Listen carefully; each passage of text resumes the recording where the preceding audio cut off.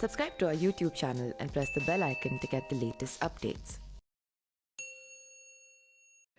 नमस्कार, मेरा नाम पिंटू सिंह यादव है और आप देखना शुरू कर चुके हैं न्यूज़ लाइव। दोस्तों, एनडीए की हाल ही में दिल्ली में हुई बैठक में जिन दलों के नेता प्रमुखता से शामिल हुए उनमें लोक जनशक्ति पार्टी रामविलास पासवान के नेता चिराग पासवान भी थे। 2020 में बिहार विधानसभा चुनाव के दौरान वे कुछ मतभेदों की वजह से गठबंधन से अलग हो गए थे।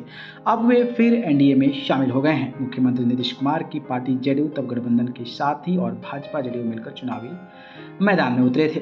भाजपा और पीएम नरेंद्र मोदी के खिलाफ कभी नहीं दिया बयान। एक निजी टीवी चैनल के साथ बातचीत में चिराग पासवान ने कहा कि एनडीए गठबंधन से अलग होने और एनडीए गठबंधन में फिर शामिल होने के पीछे एक ही व्यक्ति जिम्मेदार है और वो हैं बिहार के मुख्यमंत्री नीतीश कुमार।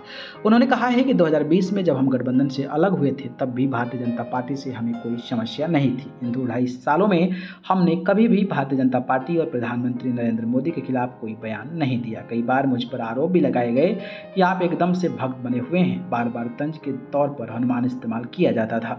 कहा जाता था कि आप हनुमान हैं और भाजपा ने आपके लिए क्या क्या नहीं किया। मैं बिल्कुल साफ था कि मेरी समस्या सिर्फ और सिर्फ मेरे मुख्यमंत्री नीतीश कुमार हैं। बिहार फर्स्ट मिशन डॉक्यूमेंट पर काम करती है पार्टी। चिराग पासवान ने कहा कि जब मुख्यमंत्री उस संगठन में थे तब तक मैं उस गठबंधन में कभी वापस नहीं गया। मैं उस गठबंधन से मुख्यमंत्री की वजह से ही बाहर गया था। 2020 के चुनाव में हम लोग चाहते थे कि एक कॉमन मिनिमम प्रोग्राम बने जिसमें बिहारी फर्स्ट मिशन डॉक्यूमेंट को शामिल किया जाए। लोक जनशक्ति पार्टी के नेता ने कहा है कि मेरा मुख्यमंत्री जी की नीतियों पर विश्वास नहीं है। मैं नहीं मानता कि नली गली या नल जल पहुंचाने से बिहार का विकास हो सकता है। आपको आईटी सेक्टर की बात करनी होगी, उद्योगों की बात करनी होगी, अलग अलग शहरों को कैसे एजुकेशनल हब बनाया जाए उसकी बात करनी होगी, किसानों की बात करनी होगी, बाढ़ और सूखा के स्थायी समाधान की बात करनी होगी। मुख्यमंत्री से करने को तैयार नहीं थे। उनके विजन एजेंडा में भी कहीं ये बात दिखाई नहीं देती है। तब कोई आम सहमति उस गठबंधन में बनी नहीं और उस समय में उस गठबंधन से अलग हो गया।